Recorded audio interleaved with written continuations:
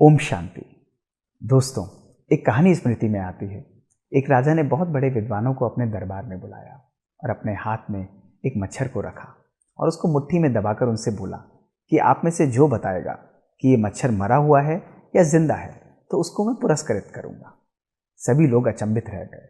उनको पता था कि राजा चाहे तो वो कुछ भी कर सकता है। तो एक विद्वान आगे आया और मुस्कुराते हुए उससे बोला कि राजन, मैं आपको बताता हूँ। तो राजा ने कहा, बताइए। तो उसने कहा कि राजन, ये मच्छर मरा हुआ है या जिंदा है, इसका भविष्य आपके हाथ में है। आप चाहें तो यह जीवित भी रह सकता है और आप चाहें तो ये मर भी सकता है। राजन बहुत खुश हुआ। दोस्तों, आज मानव जीवन भी इसी प्रकार से है। कभी कभी छोटी छोटी आदतें हमारे जीवन में एक नशे का रूप ले लेती हैं, एक एडिक्शन का रूप ले लेती हैं। और जब ये एडिक्शन का रूप ले लेती हैं तो ये हमारे जीवन में हमको कष्ट पहुंचाती हैं, नुकसान पहुंचाती हैं। ऐसी ही एक आदत तंबाकू का कंजम्पशन है। दोस्तों, आज इस नशे ने संपूर्ण विश्व पर एक गहरा प्रहार किया हुआ है। 31 मई को वर्ल्ड नो टोबैको डे के रूप में सेलिब्रेट किया जाता है, मनाया जाता है, ताकि इसके प्रति जागरूकता फैले। आज मैं कुछ ऐसी बातें आपके सामने रखूंगा जिनको सुनकर आपको अचंभा होगा और आप सोचेंगे कि जरूर इस तंबाकू कंजम्पशन से संपूर्ण विश्व को मुक्ति प्राप्त होनी चाहिए। दोस्तों, क्या आपको मालूम है कि भारतवर्ष में एक साल में 10 से 12 लाख से भी अधिक लोग मृत्यु को प्राप्त होते हैं तंबाकू को कंज्यूम करने के कारण। आपको जानकर हैरानी होगी कि इनमें से 25% से भी ज़्यादा डेथ्स जो आजकल लोगों में होती हैं उसकी रिस्पॉन्सिबिलिटी टोबैको की होती है। हर तीसरा व्यक्ति आज भारतवर्ष में किसी न किसी प्रकार के टोबैको कंजम्पशन का शिकार है। और यही नहीं, भारतवर्ष में केवल स्मोकिंग टोबैको ही नहीं, स्मोकलेस टोबैको भी बहुत प्रचुर मात्रा में उपयोग किया जाता है। और ये एक चिंता का विषय है। यदि आप जानना चाहें कि टोबैको किस प्रकार का होता है तो इसको हम मूलतः दो रूप से मानते हैं। एक होता है स्मोकिंग टोबैको और एक होता है स्मोकलेस एडिक्शन। तो स्मोकिंग टोबैको है, उसमें बीड़ी है, सिगरेट है, सिगार है, इस प्रकार की चीज़ें आती हैं, हुक्का इत्यादि आता है। लेकिन स्मोकलेस टोबैको है, जैसे पान, खैनी है, इसी प्रकार जो हम पान के अंदर चबाकर अलग अलग प्रकार से तंबाकू रख लेते हैं और तंबाकू के साथ गुटखा, जर्दा, ये सब स्मोकलेस टोबैको के फॉर्म में आते हैं। आपको जानकर हैरानी होगी कि स्मोकिंग टोबैको और स्मोकलेस टोबैको दोनों का हमारे शरीर पर बहुत बहुत गहरा असर पड़ता है। यही नहीं, अगर आप आज ये जानना चाहें कि ऐसा क्यों होता है तो आज एक स्मोकिंग सिगरेट के अंदर 7,000 से ज़्यादा केमिकल्स रिलीज होते हैं और उन 7,000 केमिकल्स में से 250 से ज़्यादा केमिकल्स हमारे शरीर के लिए अति हानिकारक होते हैं। और उन 250 केमिकल्स में से 70 केमिकल्स ऐसे हैं जो हमारे शरीर में विभिन्न प्रकार के कैंसर्स को कॉज करते हैं। तो आप सोचिए कि वो एक कश, वो एक बाइट जो एक मानव कंज्यूम करता है वो कितना हमारे शरीर को नुकसान पहुंचा सकती है।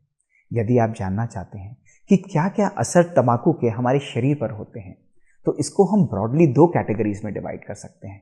एक तो तंबाकू हर प्रकार का कैंसर कर सकता है।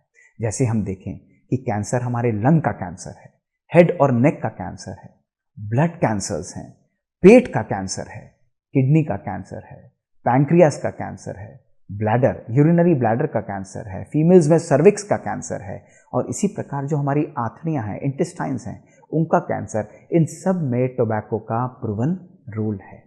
इसी के साथ अलग बीमारियां जैसे रेस्पिरेटरी डिसऑर्डर्स हैं, वायरल इलनेसेस हैं, लंग की ट्यूबरकुलोसिस की बीमारी है, ब्रेन का स्ट्रोक है, ब्लाइंडनेस है, हार्ट अटैक है, एओर्टा जो हमारी आर्टरी पंप करती है उसका फटना है, निमोनिया है, रिड्यूस फर्टिलिटी है, हिप फ्रैक्चर है, अनेक अनेक बीमारियां जो हैं तंबाकू हमारे शरीर पर प्रभाव डाल सकती है।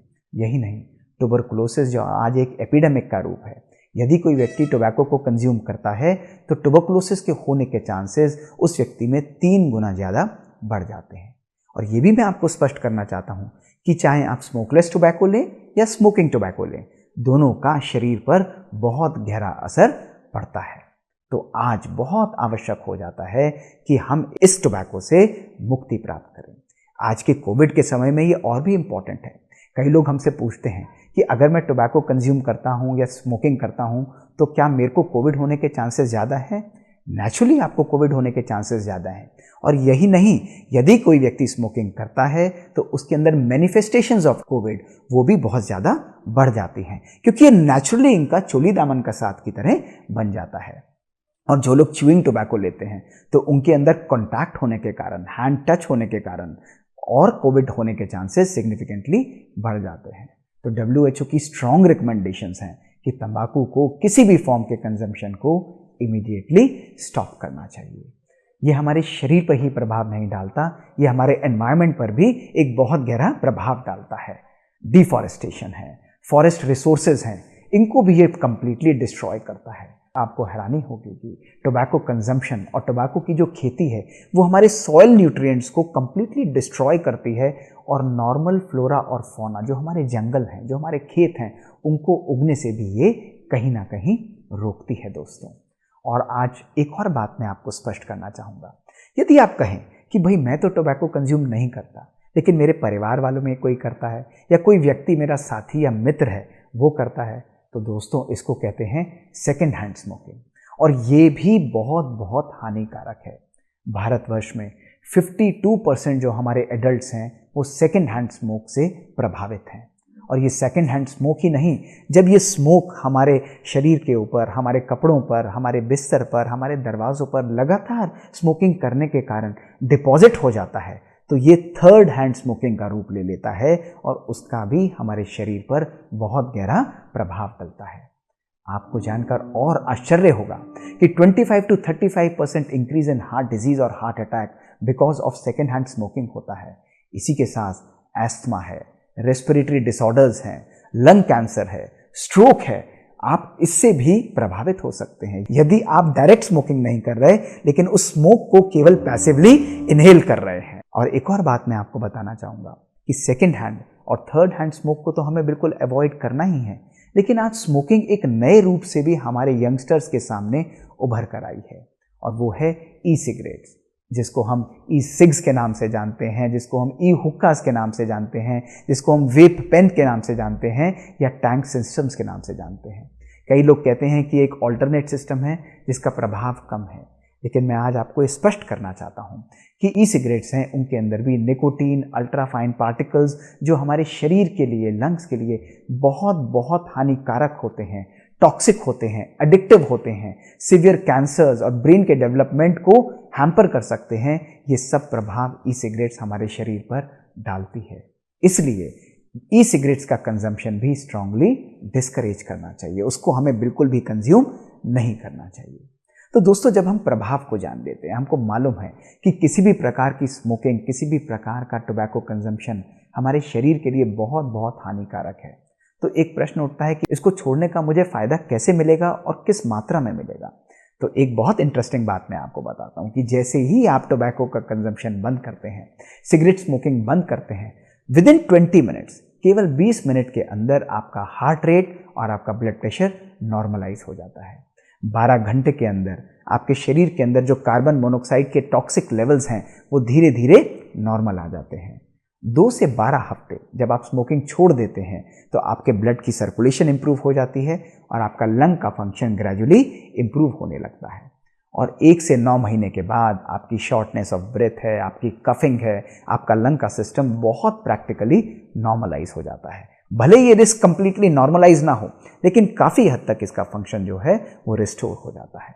इसलिए जितना जल्दी आप स्मोकिंग छोड़ेंगे उतना जल्दी हमको इसके बेनिफिट्स मिलेंगे। इस स्मोकिंग छोड़ने के क्या क्या तरीके हैं? दोस्तों, जब हम स्मोकिंग आरंभ करते हैं तो क्यों होता है? ये हमारी मनोशक्ति के कारण होता है, क्योंकि हम अपने मन को कमज़ोर बना लेते हैं। केवल एक वो संकल्प आप अपने जीवन में वापस लेकर आइए, जब आपने इस चीज़ को पहली बार हाथ लगाया था, और वही संकल्प अब आपको लाना है और अपनी बुद्धि के द्वारा निर्णय करना है कि मुझे इसको छोड़ना है। दृढ़ता इसके लिए बहुत बहुत आवश्यक है। जब तक हम अपने मन को, अपने संकल्पों को दृढ़ नहीं करेंगे, तब तक हम स्मोकिंग को किसी भी फॉर्म में छोड़ नहीं सकते। तभी 70% लोग जो हैं वो स्मोकिंग को छोड़ना चाहते हैं, लेकिन केवल 5% लोग इसमें सफलता को प्राप्त करते हैं, क्योंकि उनके अंदर विल पावर की कमी है, उनके अंदर उस इच्छा शक्ति की कमी है।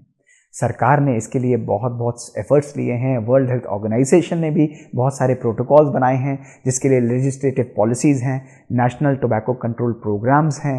लेजिस्लेटिव पॉलिसीज़ हम बाहर के लिए तो बनाते हैं, लेकिन ये पॉलिसीज़ हमें स्वयं अपने मन के लिए भी बनानी है।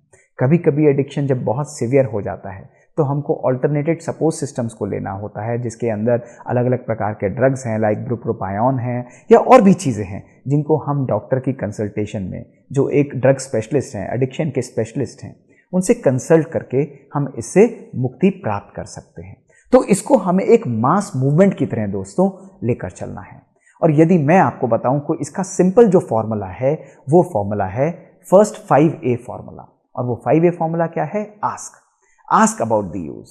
आप मरीज को कॉन्फिडेंस मिले और उससे पूछें भाई आप कितना कंज्यूम करते हैं। The second A is advice. आप उसको सलाह दें कि ये बहुत ज़रूरी है, उसको अवगत कराएं, उसको ज्ञान दें कि हमको इतना नुकसान पहुंचा सकता है।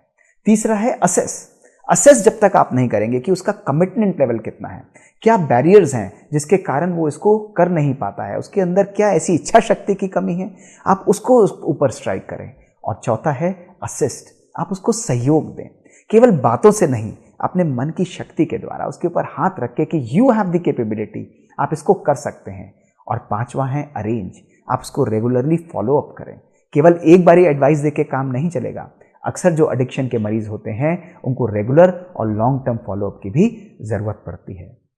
दोस्तों, राजयोगी लाइफस्टाइल, मेडिटेटिव लाइफस्टाइल एक बहुत सुंदर तरीका है, जिसके अंदर ना केवल हम बाहर से अपने शरीर को परिवर्तित करते हैं, लेकिन मन को भी सशक्त बनाते हैं। और जब मन हमारा पावरफुल हो जाता है तो हम इस आदत से सहज रूप से मुक्ति प्राप्त कर सकते हैं। हमने 1000 लोगों के ऊपर जब ये स्टडी की तो उसके अंदर पाया कि केवल 1 महीने के अंदर जो लोग टोबैको कंज्यूम करते थे, उनमें से 60% लोगों ने परमानेंटली टोबैको के ऊपर विजय प्राप्त की, उसको छोड़ दिया सदा के लिए। और केवल 6 महीने के अंदर ये परसेंटेज बढ़कर 80% हो गई, और ये सब लोग कंसिस्टेंट भी रहे। तो दोस्तों, परिवर्तन किसके हाथ में है? आज बहुत बहुत आवश्यक है कि इस टोबैको रहित देश और विश्व को बनाने के लिए इसको एक मास मूवमेंट को में कन्वर्ट करना आवश्यक है। और इस मास मूवमेंट में हम सबको भी जुड़ना है, अपने संकल्पों के द्वारा जुड़ना है, अपने मन की शक्ति के द्वारा जुड़ना है। जब हम ऐसा कर पाएंगे तो हम अपने समाज को, अपने घर को, अपने परिवार को, अपने देश को और अपने विश्व को इस टोबैको से मुक्ति प्राप्त कर पाएंगे। और तभी ये सच्चा वर्ल्ड नो टोबैको डे के रूप में होगा। तो आशा है आप छोटे छोटे ये परिवर्तन लाएंगे और अनेक लोगों को भी ये सहयोग देंगे। ओम शांति।